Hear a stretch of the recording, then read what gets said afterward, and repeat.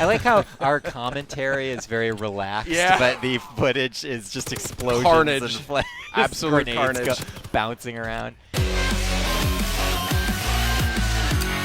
Hello, my friends, and welcome back to PlayStation Underground. On today's episode, a very special game to see. We are seeing the new DLC of Call of Duty World War II, The Resistance. And with me and Sid, we have two special guests. We are joined by Michael and Aaron from Sledgehammer. Gentlemen, welcome to the program. Thank you so much. Michael, it's good to have you back, especially right after the launch stream that we had you on. We are on Anthropoid, one of the new maps coming to multiplayer in Call of Duty World War II. Tell me a little bit about it. What are we seeing on this map? Yeah, you know, the last time we had a chance to talk, it was launch night. Yes. And that was a lot of fun. Kind of a big deal. A big deal for all of us in the studio. And since that day, since November 3rd, we have been heads down on new events and new DLC. So following up the winter event, which happened in December, we just launched into the Resistance event. And that comes with the Resistance DLC. And it's all about bringing to life the player's fantasy of being a resistance fighter in World War II. This is an iconic map that takes place in Prague, and it really represents the resistance that happened there in the city as the Germans had occupied and the local forces were sort of pushing them out. And, you know, all of this is really bringing to life this brand new Resistance Division, which is a new way to play. It's focused on more of a movement and awareness-based style of gameplay, and then putting you in brand new locations around Europe. I think this is a question that a lot of gamers have, is that how does a studio like Sledgehammer kind of decide on how to move forward with new maps? Because multiplayer is, you know, part of the lifeblood of the series, right? So adding new maps is kind of a tremendous deal for, you know, the overall scope of the project. So how do you guys narrow that all down and make those decisions? Yeah, one of the Aaron? Yeah, it's a great question. I think one of the things that we really look closely is all the maps that have been out since launch, and we really try to listen to our feedback from our fans, from the community, and it's a real opportunity for us to infuse new play styles and different things within these maps. That kind of coupled with the fact that our new division, I think something that's, you know, exciting about World War II is our divisions. And so when we're designing our new division, we're also thinking about the space, thinking about what are these new division abilities? How can we also make sure that these maps are going to take advantage of some of those abilities? We want to make sure with the Resistance Division that there's a lot of good tight corridors and things so that, you know, these resistance soldiers are going to play a big part in that gameplay. Oh, hey guys, Sid here. You guys playing some Sid, Call of Duty World War hi. II? Sid, you're joining us. You're finally piping up. I've just been lost in the footage here because I mean these guys at Sledgehammer, we're sort of surrounded by a whole team here at Sledgehammer, and they're giving us this early look, and boy, they sure know what they're doing. Yeah, I guess I should have also pointed out, sorry to interrupt Sid, that the Resistance DLC launches January 30th on PS4. That's right. Which, if you're watching this at the time of publish, is like tomorrow. That's So. right. And I'm curious about this new division, though. Yeah. So how does the new division work? I mean, where does it fit in? I think the division concept is something that was one of my favorite elements from World War II. So tell me a little bit about the Resistance Division. Yeah, well, thank you for that. The division for us, or the divisions in general, was really our way of giving you that play experience of being in World War II, in the Return the Boots on the Ground, of course. But, you know, when you think about it, these were individual soldiers that didn't have, you know, modern day technology and information. And so each style of gameplay was really representing a type of real force. And, you know, at launch, we had some really iconic things happening with the airborne, the infantry, and the armored divisions. But since then, we wanted to showcase a new way that the Allied forces were involved, and the Resistance lent to that. So this really is talking about how there were these local forces that were really trying to disrupt the German war machine, right? And they did that through things like sabotage and espionage. They did it through having counterintelligence measures, and so that's really the inspiration for being part of the Resistance Division. So the skills and abilities are focused on that. You are a little bit more aware what's going on around you, so you pick up a little more information on your minimap. You have the ability to scramble minimaps around you, so it's a little stealthier. Interesting. Yeah, you have a quicker melee because, of course, Resistance were doing things often in the dark or quietly, and so that sort of assassin-type quick melee is one of your abilities. Oh. And so as you add all this up with the new uniforms and the new weapons, you can just sort of picture in your head what it might like to be a French resistance or a Polish resistance behind enemy lines, you know, trying as much as possible to damage the Axis efforts without being seen and heard and being aware of Bam! the bigger conflicts. I love it. It never gets old. I like how your point was emphasized, punctuated by a bomb. Yeah, you know, I mean, there's nothing like a Polish resistance fighter who happens to have a glide bomb up his sleeve. Yeah, of course. It's so cool. This is going to be my new favorite class. I can already tell. When are you adding the wizard division? That's what I want to know. When are we adding a little high fantasy to this brutal reality here? Well, you know, the interesting thing and something that we're really excited about is this idea that, you know, because it's not a pick system like we had on Advanced Warfare with Pick 13, these are more, you know, traditional roles that you're playing. And we have a lot of opportunities to continue to expand that. So probably not the wizard, but you can imagine as we see as we see new ways to play and new play styles, it really gives us a chance to extend the division concept. So now we are on the occupation map. Aaron, I got to hear from you now. What are we looking at? So really what we, you know, with occupation, this was an opportunity for us to take a favorite map, and it just made a lot of sense. You know, Paris with the occupied Germans, it just made a ton of sense. So early on, this was something that we had talked about, and it just fit Resistance perfectly. It played really well with our new divisions and our new, you know, skills that we were bringing. And originally, right, this was called Resistance, and so we love the lore of what this map has done in the franchise, and to really bring it back and to really put it into World War II context was pretty exciting. How does the team balance out the micro-level detail of a map like this, where every brick seems to be, you know, visible, to the macro level of, you know, how do we funnel players a certain way? How do we manage the flow of combat in something in which we actually don't have control over the combatants? I mean, how does the studio do that balancing act? Yeah, it's always a really interesting exercise that you see happen on the floor, where the artists are pushing for the best production values and visual quality, and the designers have an equal push on making sure that the map flow and balance, you know, are best for what they're trying to do in gameplay. And that collaboration that sometimes is, you know, conflict meets collaboration, if you will, finds the best of both, really. And it's a perfectly well-oiled machine. There's never any conflict. No, I of think course it's just, not. You know, it's just Not a single raised voice No, has ever never. glanced these hollowed halls. And you know, the interesting thing about it, if you sit in these exercises, you'll realize that both groups want the very best for fans, right? And it is the nuances that make the difference. The nuances in visual quality, the nuances in gameplay. So that balance, it goes back and forth over the course of months and months. And you know, in this particular example, in Occupation, probably the most iconic show of force that the Nazi Germany occupation had in all of Europe, right? They took over Paris. They took over the center of Europe, and so you'll see from the banners to the actual V on the Eiffel Tower here, like this was really where Hitler and his regime showcased how fast they would take over Europe. And so to bring it back here and to put you on the, you know, this iconic battle that really happened and really sort of punctuated the liberation when the Allies made it into Paris and sort of turning the tide back. Yeah, this was the perfect sort of map to bring back for us, so we're pretty proud of it. How much does the, you know, this might betray my ignorance in game design. I don't know if you guys knew. I'm not a game developer. How much does the narrative team and, you know, the team behind lore and storytelling, you know, kind of have a say in how these maps come together? Because as you're saying, a lot of these maps are rooted in the actual history and story behind these iconic locations. And I'm curious about the interplay between those teams. Yeah, I think it, you know, it's something that I feel gets overlooked in MP, but I think what people would maybe find surprising is how much does go into that. You know, like Michael was kind of saying about the art team, you know, they'll spend tons of time. There's folders and folders filled with resource images, you know, researching, you know, what were in these buildings, what did the signage look like, and beyond just that, beyond just the visuals, there's little stories being told throughout the map. If you look at, you know, we want it to look like, hey, someone just fled this area, right? There is actually a resistance kind of camp in one of the corners. And it's doing two things. There's, for people that are really looking deep, those things can be found in the map. It's also providing landmarking in certain areas that you're in the map where you can really kind of call out to your friends when you're playing on a team. And so those things really are important, and they don't kind of happen overnight. There's something we develop, and we come back to the table and we say, hey, in this section, let's do this. In this section, this makes more sense. So a lot goes into each map that we develop.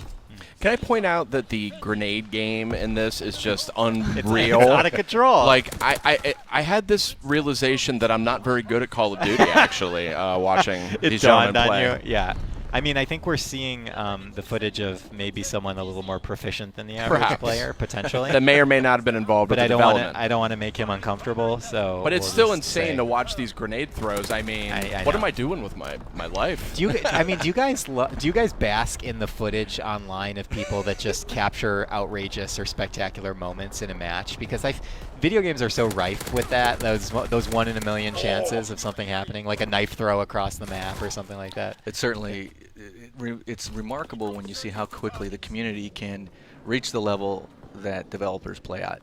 I mean, what you're watching here is 12 of our best designers playing, and they're playing really well. And I find myself at times, feeling good if I'm about a 1 KD inside the studio, because I figure if I'm average in the studio, I'm going to be pretty good in the wild. But that advantage doesn't last very long. There are players out there that do unbelievable things. And so, yeah, those videos are fantastic, and there's a celebration of how proficient and dedicated they become quickly, too, right? By this time tomorrow, after release, most of the community will be playing at this level. So don't feel bad, Sid, Okay. because I oftentimes am humbled myself. All right, so now we are back. We are looking at the Valkyrie map, and who wants to give us the little highlight? Who's the intro reel for Valkyrie? Michael, you want to take it? Yeah, sure. I think Valkyrie, another iconic moment in Resistance lore from World War II, right? This is towards the tail end of the war, where it was an internal German resistance movement where they were trying to assassinate Hitler at the Wolfslayer compound on the eastern border. And this location, super iconic, you probably remember from the film. Yep. Right, and so we brought this back to Oh, life. I saw that. Yes. I can't there believe we it. go. Yeah, So all right. Well, there you go. If Sorry, Michael. No, it's quite all right. But yes, exactly right. So you're really sort of representing the German resistance, if you will, at this point in time. And this is this compound of connected German fortresses that have a lot of interconnecting pieces that have great crossplay and really bring to life that sense of disruption of the German war machine. Well said. And as things are on fire and I like how our commentary is very relaxed, Yeah. but the footage is just explosions Carnage. and flames, Absolute grenades carnage. bouncing around. Like this room in particular right here that you're seeing too is pretty chaotic. It's a lot of fun. And the other thing that matches with all of this is, there's brand new weapons that represent the German and the French and the Polish Axis movement. So, new weapons, new uniforms, new loot, all that stuff come together with this theme of the resistance That's that great. carries all the way through. And so, as you're watching our design team play here, you'll also be seeing the new weapons that come along with this. Yeah, I'm glad to hear that. Any favorites, early favorites from your playtests? Yeah, I think one of my favorites is the Saboteur basic training. So we also brought back some basic trainings. I've always, you kind of mentioned it earlier about grenades. And so this is, it lets you take 2 lethals and also changes your fuse time on them. So it gives you a little bit more speed to kill, which I enjoy. I'm gonna get that one. That was looking really good. I mean, so that's what it was. It was a short fuse. It was a short grenade fuse. That's right. So guys that play a lot, you kind of just muscle memory know the fuse on the grenade, Yeah, so that yeah. if you see people at different ranges, you're going to let go at a certain time. Yeah. So this allows you to change it up, and they're going to stop quicker, which really gives you a speed advantage in those battles. That's awesome. We talk about things that are our favorites, and there's favorite weapons, there's favorite characters, divisions. One of the things that we think is a favorite studio and a favorite with fans is we're also bringing back Prop Hunt. Oh yeah. As a game mode. So should we take a look at that in one of our modes? Absolutely. Please. Yes. Okay. Okay, so speaking of favorites, this is one of the more fun party game style ways to interact with Call of Duty World War II, and this is Prop Hunt, which just went live as part of this event too. What you're seeing here, it's a unique game mode, right? And What are we seeing here, Mike? well, I was we're gonna seeing. say, orient me, please. Yes, if you were ever interested in playing as a fire hose on a battleship in World War II, this is the game mode for you. Perfectly normal desire. I mean, nothing wrong with that at all. So the idea here is the other team is trying to flush out these imposters, essentially, right? Yeah, and it's really funny. You play and play and play, as I know both of you do, And every once in a while, you just want a palate cleanse, a different Yeah. way to play. And so this was sort of that fantasy of a kid of playing hide and go seek. You take the form of an existing object in the map, and then you try and place it in a way where you can't be found. And as you can see here, pretty good job, right? I love the guy just kicks the door and shoots at a bunch of barrels. He's like, all right, this room is clear. And it was funny because this came up as a franchise game mode, just sort of as an idea. How would this react? And we have the opportunity with fans to bring new types of game modes and test them and see how people react. And this one became a fan favorite. Oh, Look come at that. on, bud. You're so close. And the It's concept- right there. He shot everything but that. Yeah. everything. It's but the- surprising how much that is exciting, and if you think about what's happening, Yeah. right? Like, I would have shot that first because I would have been like, why would the developer have laid this big clunky thing on the ground there? Like it would mess up your locomotion, right? Oh, Sid, suddenly He's you are the looking. Call of Duty pro. Oh, He's looking. Oh, he's sniffing. Uh-oh, Oh. he's close. Oh. And then he goes. this is Isn't that great? this is the best. Do they have Now- a sense that he's in the room? They do on occasion, and you can see it on the left-hand side of the screen. You whistle, and so that sort of Marco Polo kind of gameplay gets introduced. Now, what's the benefit of Ray whistling during So Oh, okay. he doesn't control that, so it's Oh, just it's gonna I go see. off. Okay, I see. It's meant to give the searchers an advantage. Okay. And I have to note, you guys ran a blog on the Sony PlayStation blog. We that did. Was a fan vote, We did. and we won for best multiplayer. You sure did. So thank you for that. Abso- Thank you to fans. That's right. You guys did very, very well, actually. yeah, as the Game of the Sledgehammer Year awards, yeah. Sledgehammer came on super, super high. Studio of the Year, Game of the Year. I think gold trophies on those fronts. So And that was awesome. And thanks to fans, of course, for voting. But it's sometimes it's things like Prop Hunt Yeah. that just give you another way to play between War and Yep. Core and TDM and Prop Hunt and all that we've brought. The whistling. And the whistling. I'm dying. It. Oh. there we go. Ah! that was can good. I can think of no better transition time to our next mode than that. So excellent. Ladies and gentlemen, we are looking at The Darkest Shore coming to the Resistance DLC pack for Call of Duty World War II. Let's check in the intro. The train wreck. I watched you at the briefing. You don't like this place. What is it? Rideau said you'd been here before. Yeah, well, this place has got some history. Poking out of the sea like Lucifer's middle finger. No surprised Stroke came here to this piece of shit island. I'm just wondering why we followed him. We need to find the rest of the sword before he does. We need to... We know why you're here, Marie. At least this time you're not pretending to care about our cause. This is different. We should have heavy fog all morning. If everything goes well, nobody will fire a shot. Yeah, why have things ever gone well for our little tea party?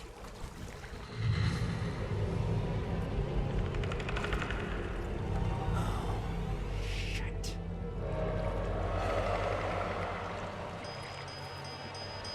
Oh, shit. Stay close. Let's move, people. Where's the other boat?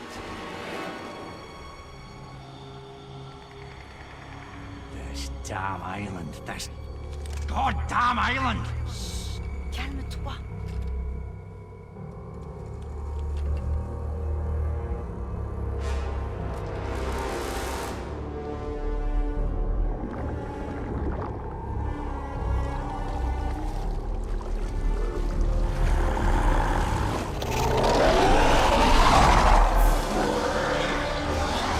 Still feeling optimistic, darling? Oh, I can't believe I'm saying this. I wish we were back in Germany. Ladies and gentlemen, we are very lucky to be joined by Glenn and Cameron. Gentlemen, welcome to the program. Thank you. Thanks. Darkest Shore is the next chapter of the zombies experience in Call of Duty World War II, specifically the Resistance DLC, which is out January 30th. Continuing the horror, continuing the excellent gameplay. Tell me a little bit about what what brought this section of the DLC together. Who wants to go first? Well, I Glenn, think go we'll ahead. probably work together. And did take it took a while for us to get to this place. We wanted to have something that was different and worked within the story, and also maybe has follows some true events, and that was kind of important to us on this one. And again, we want to ramp up the horror, so you're going to see some crazy stuff in here that we're trying to continue to make it scary and horrific and wonderful. We wanted to make sure that we were still in the shadow of World War II, in the shadow of the historic events that took place. And so, yeah, we looked over a map and found some interesting places where this might have actually happened. And so that was a lot of fun. And then, of course, bringing back our cast to kind of relive these stories. And historically, to fit in the calendar, this had to happen about a week after the events in Middelburg from the final Reich. And so we've got characters that are fatigued and still weary from their last engagement. And so it really gives us a great launch pad for this next portion of the adventure. Oh, go ahead, Glenn. No, I'm good. Okay. Really distinct look to this one. I've been playing the zombie games ever since World at War. Love all these different maps that have come out over the years, but this one stands out. This one is rolling. Yeah, this is very interesting. So tell me a little bit about, as much as you can, tell me where we are. Sure. Well, there's a whole series of islands just north of Germany that were used for naval bases that were, and instrumental in a lot of the history of both in World War II and earlier. What we really liked was the variety of both just kind of climate and geography and the interesting patterns that you could find there. And we played through several maps that kind of highlighted these things, and we really like this. Now, it's interesting, in the zombies community, there's a little bit of a history to fog and fog rolling in, and it has been both applauded and cursed by some of the fans. And we said, you know what? We're going to take a stab at doing it right. We're going to take a stab at doing this and making it so. I mean, the danger of fog, of course, And is it took a long time. Yeah. Right? I mean, Yes. the fog would roll in, and then it would change the sky. I mean, this isn't just like, well, let's put some fog in. Yeah, there was a lot of balancing with the opacity and how thick was this and how long does it stick around. In a game where the whole point is keeping zombies as far away as possible by shooting them the minute you see them, what happens when you can't see them until they're 5 feet away? Would change everything. Exactly, and that visceral fear of they are right on me, we've got this. It's something that thickens and thins and varies throughout gameplay, and we found it just really helps to keep you on your toes. You find yourself grateful to be able to shoot zombies at a distance when you've been holding them off with a shovel for the past minute. I'm so grateful to fight zombies. Cameron, you're the creative director on the zombies mode.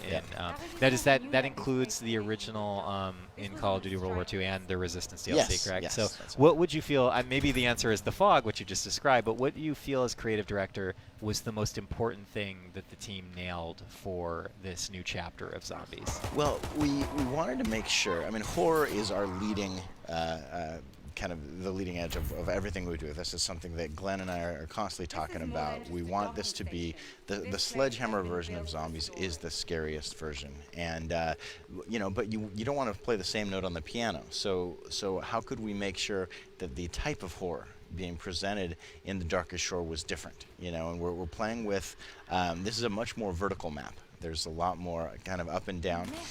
We've got a little more. As you saw that opening scene, the zombies coming out of the surf. There's a lot more environmental kind of threats, I guess you could say. And this is at a location that is right. We've gone from the heart of Germany to the outskirts, and this is towards the end of the war. And so we've got planes flying overhead. We've got elements of the war on a grander sense taking place around us. And so I think that gives us a very unique feel. It's very different kind of isolation. You're kind of in the shadow, in the underbelly almost of this giant conflict. The seething underbelly. That's right. And speaking of horror, I mean, Glenn, obviously you have, I think, a lot of thoughts on horror in general based on your background. Working on the original Dead Space. Right. When you guys sat down to sort of build Call of Duty World War II, I mean, did you immediately go Nazi zombies? I want that one, and here's like, how did that all come together? Absolutely. Yeah. Yeah. No, I've been Page 1, day 1. Yeah, I've been thinking about it since we joined Activision, and this is the first time that we've got a chance to really make it here in the studio. And it's my first horror game in 8-9 years since the original Dead Space. And there's so many learnings that we got from Dead Space that the guys are sick and tired of hearing about it. But we're not, so lay it on thick. Well, I mean, some of the things that, like, we spent 3 months in the beginning of Dead Space trying to come up with enemies that were really scary. And at the, we tried fish and we tried amoebas and all kinds of stuff. And at the end of the day, the scariest thing is just a human who's insane, right? What do they do with what they've got around you, right? And so that's why in Dead Space they're all based on humans, and we wanted to do the same thing here. I also like the lore. The lore is very simple. Shoot them in the head and they're dead, right? Not like with sometimes when we talk about fantasy, it's like dragons or it's different magic. You don't need to cast a spell. Yeah, we don't. Yeah, and although we like doing that in some games, this game was about sort of the purity of the zombies, if you will. Well, earlier in this program, I asked Michael if you guys were adding a wizard division, and that sounds like no. So I'm already out of luck. No. I think one of our driving. I think the focuses on this is a tangible sort of horror. We wanted to have this. This looks like something you could see in your backyard. This looks like something you could see. Which backyard? Where? Which backyard are you talking about? Brooklyn. There we go. I love Brooklyn, by the way. I lived there for 4 years. There's only love there. Yeah, I grew up there. The mood is really important in a horror game, and spending a lot of time on the mood. And this one was a little of a challenge because we wanted to do it in the day, and it's difficult to try and you've got to have something, right? Yeah. You don't see too many horror movies during the day, so we feel like we got the mood. Then we can go down inside. The idea again was that everything that the Germans built was in these areas was kind of dangerous, right? That's kind of the word we used to describe, like when you build even a door or something, make it feel like, I don't know if I want to touch that, uncomfortable. I don't want to touch zombies either. I mean, they're very not clean. You should see the. Will they see the new one in this? Oh yeah. Yeah, I mean, we spend a lot of time on our new zombies, that's for sure. Now, Cameron, I know you don't want to get too in the weeds on this one because we want to let fans experience it. Right. There's a huge history of just allowing the community to kind of come in and kind of crowdsource these zombie modes, but. I feel like it's safe to say you have a few Easter eggs, a few secrets tucked away in this somewhere, right? It's one of the best parts about building these maps is you're like, okay, well, here's one playthrough from start to finish. Now let's add a layer and another layer and another layer. And we've got a brilliant crew of designers working on this with us, and it's always about, well, what can we hide? Hey, I was up here till 2 in the morning last night. Look what I snuck away in this one as well. And getting to kind of surprise and delight each other. I love that stuff when they come up with something new. And well, it's 2 in the morning. Yeah. You're a little loopy. You're going to put some gnarly stuff into the game. Some Mountain Dew and Cheetos can be incredible fuel towards. There's usually a lot of emails between 2 and 4 in the morning. There really are. Yeah, it's crazy. And it's our first audience, right? If it's something that gives us those giggles, that gives us that malicious knuckle rubbing, that's going to be so good. Malicious knuckle rubbing. That's a keeper. So, I mean, that was a big part of this is what can we hide away? What can we, keep hidden there? It's, and every time we think, hey, this is going to be impossible. The community out there is incredible. I mean, they haven't figured out our language yet. They still haven't figured out our language. We've got a unique language we've given the undead. There's still a few mysteries left in the final Reich, but this Darkest Shore is going to double down on that. And you're going to reveal it all right now. Oh, no. Nope. This show is over. That's a good secret if they can't find it just yet. Like we did one in Dead Space. They found it within a week. Oh my gosh. Oh, yeah, it's incredible how quickly you get enough bright people together and focused on going into the darkest corners here. Look at this. This, Sid, this is amazing. Yeah. What you try and do is try and make it claustrophobic. So if the ceilings are too tall, you put the pipes and you put all this stuff hanging down. They also make great shadows to kind of just get things going. If especially when a zombie walks across the light.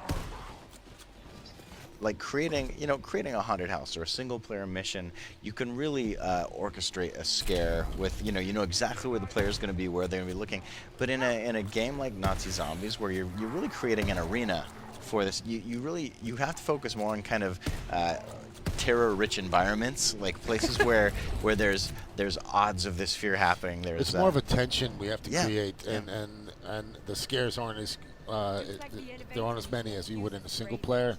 Although you can get quite a few in here. Yeah. We got two great phrases out of this here discussion. We got malicious knuckle rubbing, which is a keeper, and then terror-rich environments, which I really like that one too. So we're going to keep full of them. Yeah, we're going to keep those on he does close a lot at of the hand. writing too. I see. I may have asked this of both you and Michael on launch night. I don't remember, but in the zombies modes, and in Darkest Shore included, how do you make it scary when you're playing it with 3 other people? You're not by yourself. You're not isolated. You have friends. It's a great question. It's actually at the heart of this, right? Yep. We talk about it every day. Is how do you get 4? And there are times when you look at it, 80% of the time you are alone. So we have to try and think of it that way. Okay, they're alone. They are usually traveling a lot faster. So in some places you try and slow them down just a little bit with a door or a right turn or something scary around the corner. Audio does a lot too. Audio can really get you. And then we're going to be trying out some new stuff, and I'll give you one example. Okay, just one. So more of the psychological. So there's I used to always knock on our audio director's door, Don. I would knock on it and would scare the crap out of him. And I didn't mean to, but he's just listening to music. So he puts the knock in, and you may be all alone. You're walking down, and you'll hear, and you don't know if it's in the game, or if it's and it's that's cruel. It freaks you out. And we've done it with a few other little things, and we're going to start to sprinkle them in a little bit more as we start to get more psychological terror in. I'm into it. It's looking good. Yeah, looking real good. So this, did we miss anything? Any last comments, guys? No, I definitely think the part of our design, while you're a lot safer if you're back to back with the rest of your team, part of our design is to how can we pull you apart? How can we separate the group? How can we get one member of the team running off on his own? Because that's when in the horror movie, like, why are they separating? No, that's when things are going to go down. That's and, our goal. We try to build that into the design. Well, this is The Darkest Shore, which is the next chapter of the zombies experience in Call of Duty World War II. Cameron, Glenn, thank you, gentlemen, both so much for joining us. Thank you very much. Delightful conversation. Yes, very nice. And ladies I and love gentlemen, horror fans. Thank you. I'm all about the horror. We'll have to trade movie lists sometime. Yeah, okay. Oh yeah, please do not name all the movies right now, Sid. Ladies and gentlemen, that was another look at the Resistance DLC coming to Call of Duty World War II on January 30th on PS4. This has been PlayStation Underground. Thank you for joining us, and we will see you next time.